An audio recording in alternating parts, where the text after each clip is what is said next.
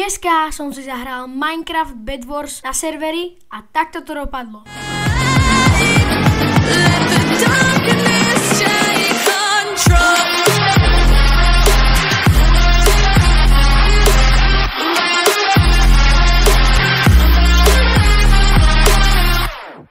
OK ľudia, tak už som tady na tomto serveri, teda ideme si zahrať Bed Wars, takže dáme play, dáme si Bed Wars Doubles. 2000 years later. OK, takže sme tady, sme na tým modrá a nikto sa k nám nepripojil, takže ja tu teraz nafarmím nejaké irony, na to si kúpim vlnu a s tou vlnou potom asi takto obestávam moju posteľ, aby sa k tomu ťažšie dostávalo.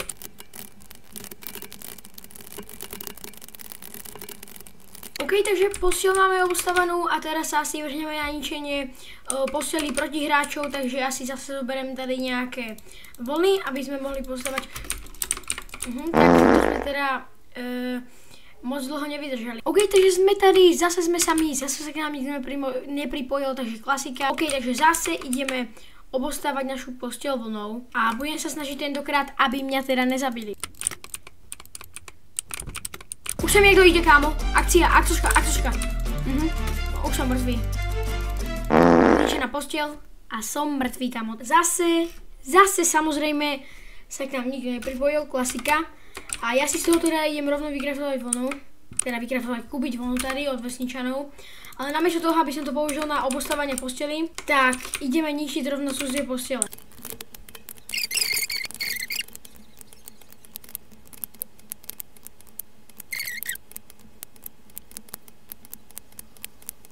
Kámo, vyzerá to, že tam nikto nie je, kámo. Tu fakt není ani posteľ, takže ja som naozaj toľko blokov stával zbytočne.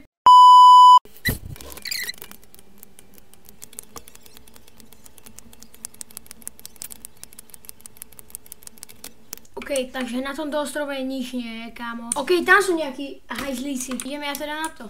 Kámo, teraz tvrdý boj, kámo. Výborne. OK, keď sa vám toto video páčilo, zanechajte tu like a odber a my sa vidíme pri ďalšom videu. Zatiaľ čau.